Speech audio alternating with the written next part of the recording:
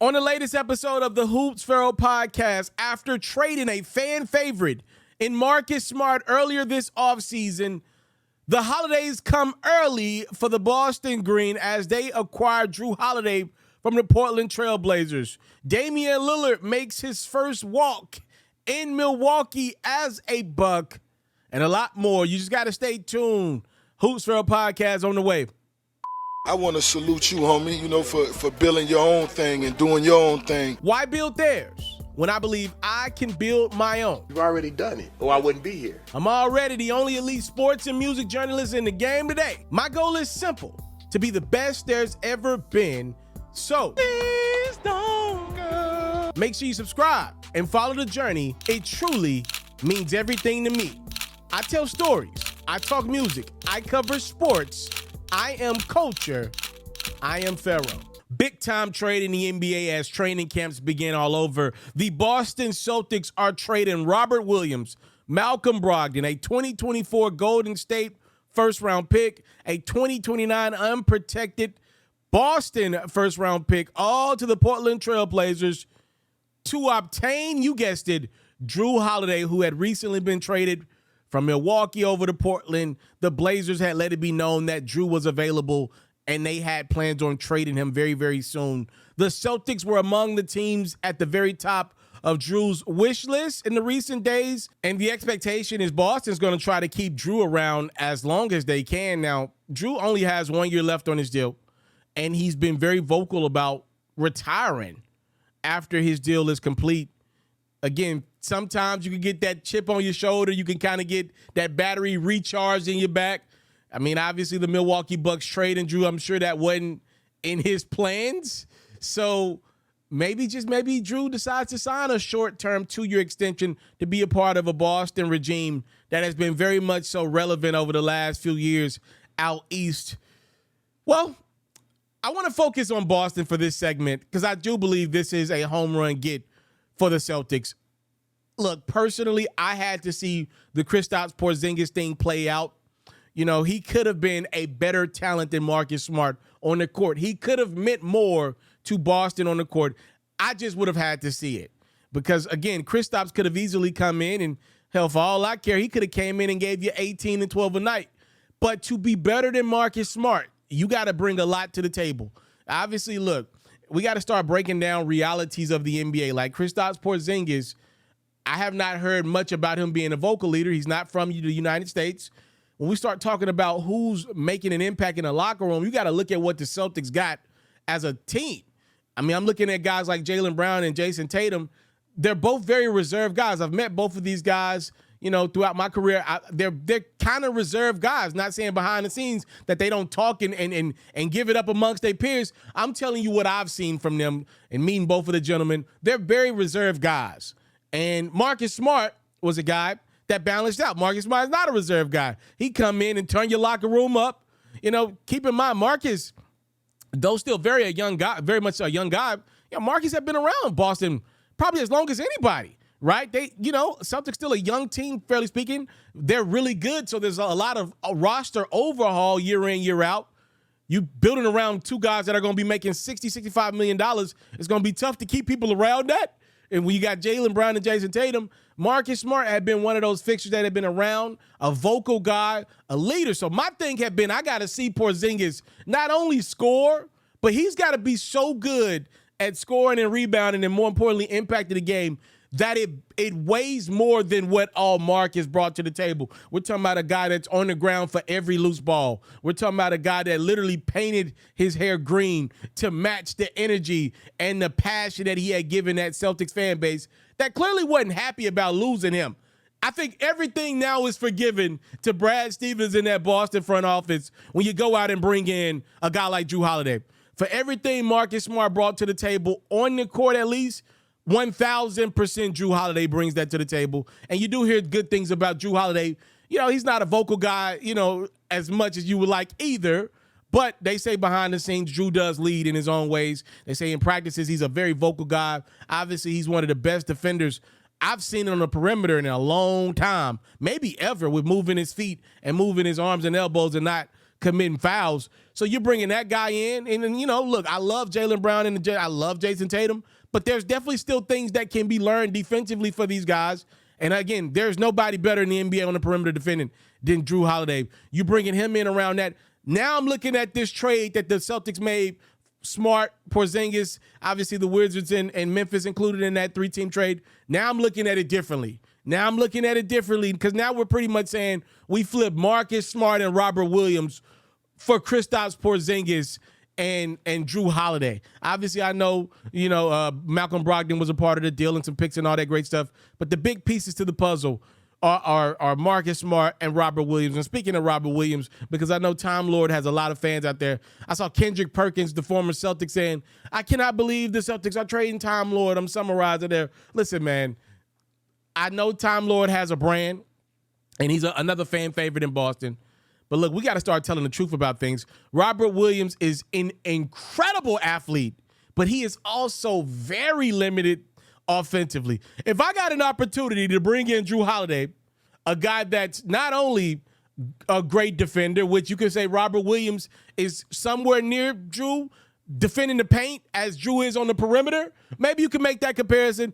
These two guys are not even comparable when we talk about offensive skill sets.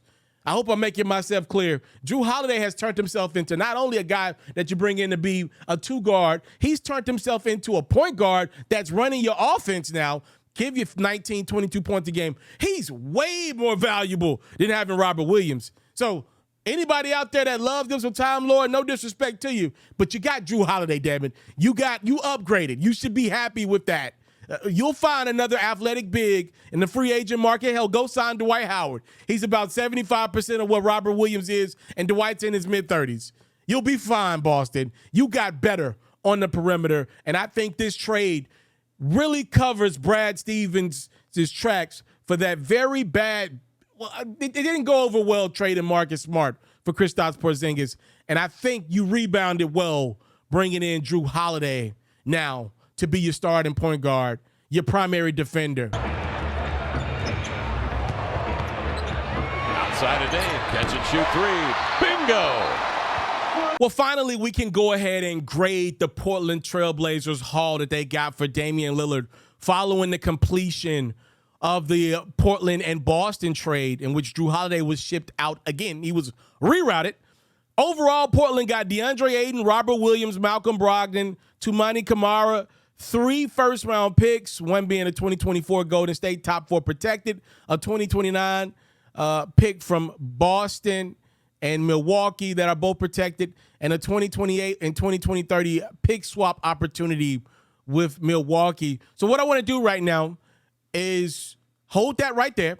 I want to put on the screen what Barry Jackson over at the Miami Herald is reporting to be the trade offer that the Miami Heat last offered Portland for Damian Lillard. So you can tell me which one you thought was better. The Heat's offer apparently was built around Tyler Herro and 2 first-round picks in 2028 and 2030. And also there would have probably had to been a cap facilitator contract involved. Kyle Lowry and Duncan Robinson probably would have been the 2 names that would have gotten the deal done from Miami's perspective with Portland. So, the Blazers were able to bring in a lot of assets and not have to bring in just a cap contract, right? A guy that maybe, if it was Kyle Lowry, he definitely probably would have never played a game in Portland. And if it were Duncan Robinson, a guy that I'm trying to find, a spot for Duncan on the court with what I believe the Portland Trailblazers are trying to do. I at least see direction with the Blazers. Now I know, they're not going to be a good team, but at least I know what I'm getting night in, night out. Let's say if I had $100 and I wanted to take me and wifey to a Portland Trailblazers game on a Friday night, right?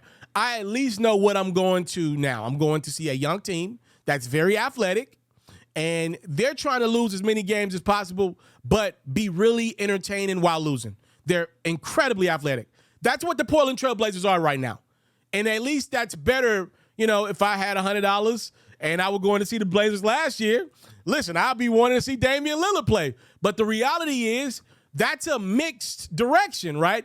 You see Damian Lillard, but then you see that the Blazers are not a good team. This talent is not around Dame that he needs to be, successful. And if the Blazers would have brought Dame back this year, surrounding him around Scoot Henderson, hey, if I had $100, for me, maybe money well spent. But if I'm a Blazers fan, I'm looking around like, okay, what are we doing here? Scoot needs the ball, but Dame's one of our most legendary, if not our most legendary player in our franchise's history. He's right up there with the Clyde Drexlers of the world and all that great stuff. The LaMarcus Aldridge of the world.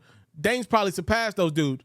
So, I think now for Portland, they at least have direction. And the direction is one day we'll be good. We need to see what we got. Is it Shaedon Sharpe the future at guard for us? Scoot's going to be around. He's going to be the guy. Who else is going to be around Scoot? The Portland Trailblazers believe they got a top 7-ish center in the league in DeAndre Ayton. That's a nice starting point. If you believe you got DeAndre Ayton and he's a top 6, top 7 center in the league, you pretty much got another pick. Remember, DeAndre Ayton was the former number 1 overall pick in a draft that had guys like Luka in it. And you can argue that was a mistake, but that's the draft that DeAndre Ayton was in. He was in that Luka and Trae Young class. And, he's been good, but not as great as those dudes. So now you could say we got a former number 1 overall pick, a guy that's been productive. He's been relevant. He's been on the Suns. That's been in the mix out west the last few years. We're getting him. We pretty much feel like we got 2 first-round picks this year in Scoot and DeAndre, and we moved off a guy that's a legend but's trying to win a championship. So now we can grade which trades better. And if it's me personally, I do believe the Blazers got a better haul, going this route instead of doing a trade with Miami. The reality is, if there were no Bam Adebayo on the table, which he was not on the table because Dame wanted to play with Bam in Miami, the Heat ain't going to move off Bam with the great season that he had. Hell, he was the best player for the Heat in the finals against Denver. The reality is, I do believe the Blazers did better doing business with the Bucks, the Suns, and the Celtics for the haul that they ended up getting for Damian Lillard. Denies because Lillard gave the ball up, and he allowed him just to get right back. Damian Lillard is officially in Milwaukee as a Buck. So this wasn't an introductory press conference, but Bucks faithful definitely rolled the red carpet out as Dame made his first entrance to Milwaukee following the trade with the Blazers. Dame got some shots up, took some photos with some fans. All is well in Milwaukee as Dame kicks off the next chapter in his career. Let's talk about the previous chapter that recently closed up. There's probably no one in the NBA closer to Dame from a reporter perspective than Chris Haynes, and he's got an interesting new article in the Atmosphere about the days that led up to Damian being traded from Portland, particularly Damian's interactions with Blazers general manager Joe Cronin. Apparently, after Dame made his initial trade request, according to Chris Haynes, Lillard made it clear both privately and publicly that he wanted to be a Miami Heat. His agent, Aaron Goodwin, went out and said it publicly, even got disciplined for that by the league. Chris Haynes said the general manager for Portland, Cronin, refused to engage with the Heat except for one single phone meeting during July's Las Vegas Summer League, which caused frustration with Dame and his agent, who believed the Blazers were intentionally avoiding discussions with Miami despite Lillard. After nearly 2 months of little to no communication, according to Haynes, Portland agreed to meet with Lillard and Goodwin to hash things out on September 5th. And during the meeting, Lillard became convinced that Joe Cronin had no intention of trading him to Miami. So with training camp a month away, according to Haynes, Dame was like, all right, I'll pivot. If you can't get me to Milwaukee, I'll return to Portland. I will rescind my trade request. At that time, though, apparently Joe Cronin's response to Dame was there was no coming back. Dame was shocked. He said it was discouraging to hear he couldn't return, but added that he didn't want to be somewhere he wasn't wanted. And that's where the meeting ended. I do want to show you guys a quote from Dame in an interview that he did with Draymond Green, I believe, last summer on The Volume, in which Damian Lillard did dismiss Milwaukee, his new team. He told Draymond, people going to Oklahoma City, Dame said, like, no offense, people going to Milwaukee, you know what I mean?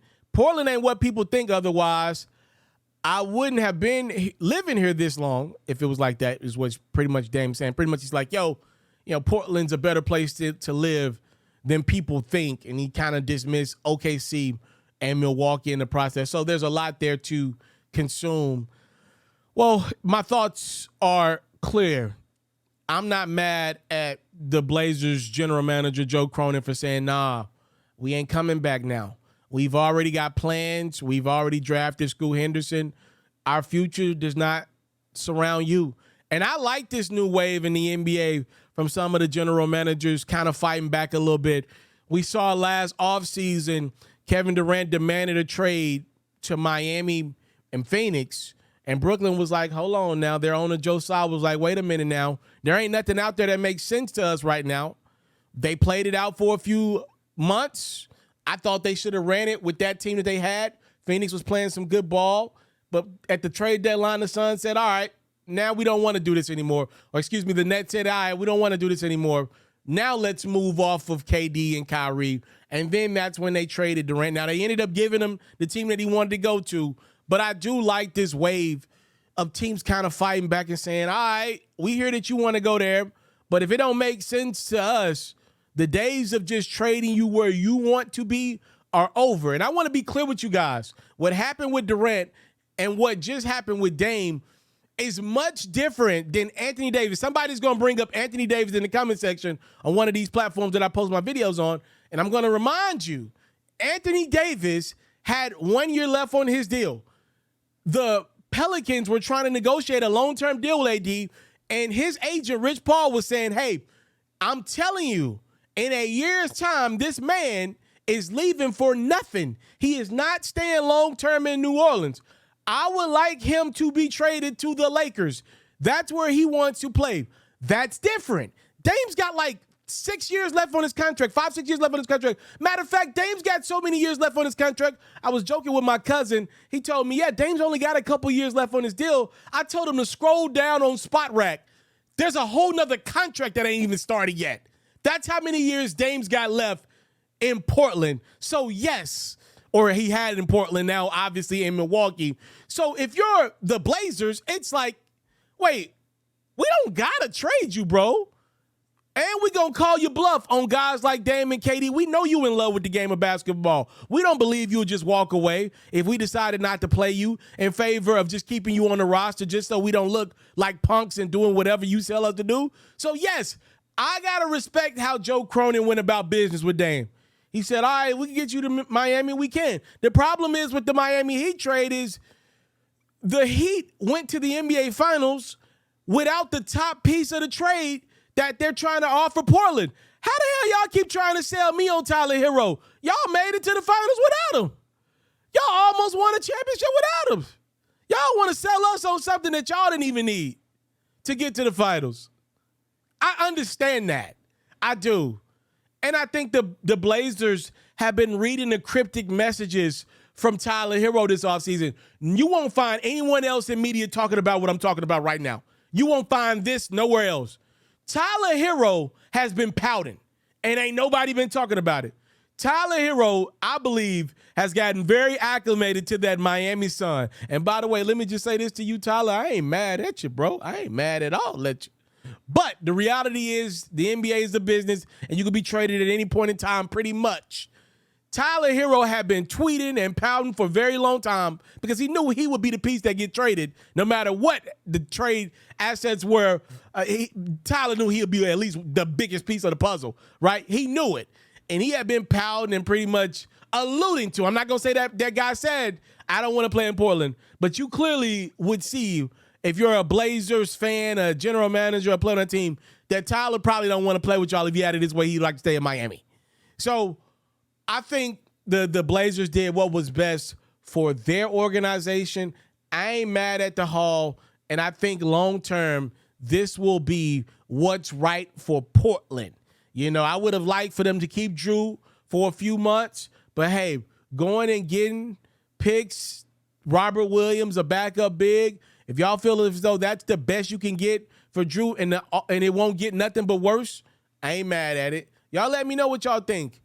Damian Lillard apparently wanted to return to Portland after he found out he wasn't getting traded to Miami. And according to Chris Haynes, who's very close to Dame, it appears that the Portland Trail Blazers general manager said, "Nah, ain't no coming back now." Lillard goes to work. Steps out for three. He's got some oxygen out there. The wickets. Stop and start dribble. She can make fade. Oh!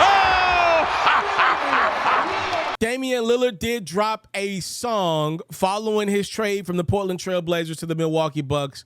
Your boy FERRO is going to narrate it. If you're a subscriber to my music pages, this is nothing new to you. Where's the bars? Dame Dollar. Dame rapped, "I could never get replaced there no sooner than later. An arrow pointed at who assumed it was greater. Amazing what I get in return for this labor. I continue leaving trails, but it won't be for the Blazers. To the fans, man, I love you. It's unconditional. Reasons for me leaving the city's nothing typical. So it's imperative not to believe the narrative. Just know that what I left behind is better than what I inherited. I leave at peace because I know at the end that this is a business. Hope you remember all the things that you got to sit and witness. In the future, man, I hope that we get to greet with hugs and kisses. But you should know that they the ones who chose another mission." By the way, some hard bars from Dame. Number 2, Dame, you're lying. Okay, the Portland Trail Blazers didn't just wake up one day and say that they're trading you. You demanded a trade, and then when you realized that you weren't going to get what you wanted, you reneged on the trade. I always thought this is how it would end for Dame in Portland, though. I'm not surprised. I knew he would drop a record after he got traded. I knew there would be a little bit of regret, but I knew Dame would be fine in his next destination, which is what I believe is going to happen with Dame in Milwaukee. I think he's going to be just fine and realize, man, there's a lot more else out there than just playing in Portland as a Trailblazers with an ownership group that's half invested in the franchise, if we're being completely candid and honest about things. I think Dame's going to love Milwaukee. And by the way, the next time around he wants out, there won't be as much loyalty to Milwaukee as there was to Portland. So I don't believe Dame to be as heartfelt as he was leaving that Blazers organization. But Dame's lying, though. I mean, Portland didn't wake up one day and say, "Hey, Dame, we want to trade you." Damian Lillard demanded a trade. That's like telling somebody you want a divorce from him, you don't want to be with him. Then you come back to the table a couple months later and say, "You know what? I changed my mind." Well, maybe in those couple months, the person that you said you wanted to divorce, it's like, "All right, cool, I'm moving on too." That's all this is. Dame, I always knew would want Portland to love him still. I always knew that. It's just his personality. You know, he wants to be loved because he's loyal. And I get it. And, hey, that's a great personality to have. But like he said in his song, this is a business at the end of the day. And he was on the end of business. He tried to do business, and then business got done to him. Y'all let me know what y'all think about Dame's bars, your boy FERRO rapping Dame's bars, and everything that was discussed on this episode of the Hoops FERRO podcast. I appreciate your love dearly. If you're enjoying the great quality content from your boy, it is my hope that you will subscribe to the channel. Run my numbers up. If you like the video, well, then hit a like on the video. That's truly the best way that I grow and show people out there that I'm growing. I got plans here on negotiating some things in the upcoming months here, and your support means everything to me, and it's greatly appreciated. Time, love, and support is what your boy would never take for granted. I'm out.